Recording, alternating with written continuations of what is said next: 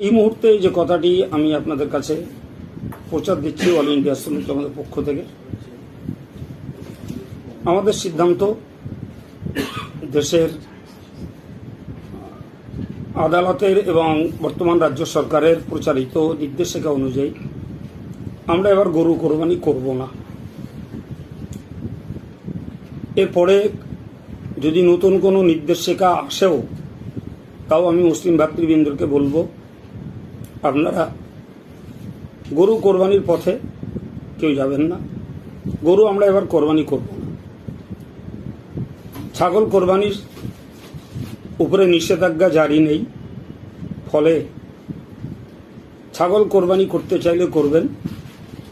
তবে নির্দেশনায় যদিও ছুরি লাইসেন্সের কথা বলা নেই, কিন্তু কোনো কোনো থানা পৃথক পৃথকভাবে বা কোনো সোশ্যাল মিডিয়াতে ছুরি লাইসেন্সের কথাও বলা হচ্ছে।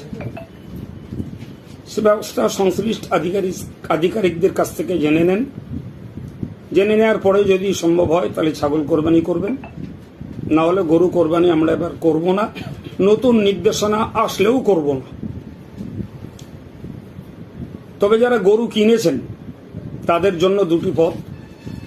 কোরবানির দিন অতিক্রম হয়ে গেলে হয় গরুটাকে আস্ত দান করে দেবেন, অথবা তার মূল্য দান করে দেবেন। আর এছাড়া যারা গরু কেনেননি, নতুন করে কিনতে যাবেন না। সম্ভব হলে ছাগল কিনুন, তবে ছুরি লাইসেন্সের ব্যাপারটা ভালো করে জেনে বুঝে এই কাজ করুন।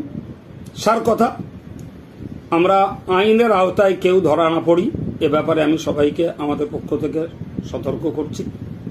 সবাই সতর্ক হয়ে কাজ করুন এবং বলবো সবাই ধৈর্যের পরিচয় দেন, আবেগে ভাসবেন না।